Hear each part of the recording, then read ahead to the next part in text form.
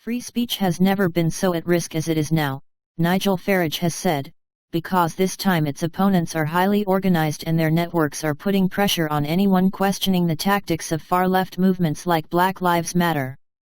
Speaking to Fox News' Laura Ingraham on Tuesday, the Brexit Party leader warned that what makes this battle for free speech different to others in the past is the sheer level of organization and support that groups like Black Lives Matter receive from the powerful progressive institutions.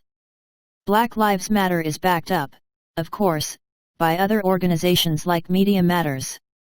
You can trace much of the funding of this back to George Soros and many other people, Mr. Farage said on the Ingraham Angle. The former radio host recently parted ways with talk radio station LBC, over what he had suggested this week may have been as a result of leftist pressure on advertisers.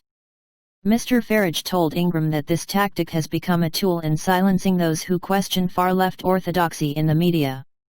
What you've got now is you've got commercial organizations who, if they dare even ask the question, who are Black Lives Matter? What is their agenda? What are they really stand for? Is mob rule in our streets and tearing down statues something that's acceptable? Even to question such things means that corporate companies that advertise through television stations, radio stations, in newspapers, are now being attacked by the mob.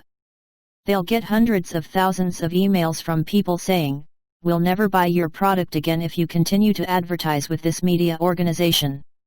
So it isn't just mob rule on the streets, it's actually changing the whole shape and perception of our mainstream media. Farage went on to criticize British Prime Minister Boris Johnson for failing to take a hard line on violent and destructive London BLM protests. Even after the statue of wartime Prime Minister Winston Churchill was vandalized twice, no arrests have been made. While the desecration of the memorial to the greatest Briton in modern history was a terrible act, Mr. Farage said that for the far leftists, the protests are not just about memory-holding men like Churchill but to tear down the whole of British history. What we've seen in London and other UK cities over the last couple of weeks now has almost nothing to do with racial equality and fairness, which, of course, all of us would like to see. This is now a Marxist-anarchistic attempt to tear down and make us disrespect all the great symbols through our history from Winston Churchill and going right back through the centuries. These are the national heroes that we've brought up with. We're now supposed to loathe them, and even more importantly, we're supposed to loathe ourselves.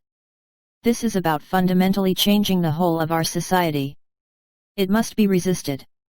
The far leftists leaving cultural destruction in their wakes want to tear down Western civilization, Mr. Farage continued. They want to destroy the nation-state, capitalism, the family unit and virtually everything that we've stood for and previous generations have fought for. We need brave people in politics and the media to stand firm and not to allow us to live under mob rule, he said.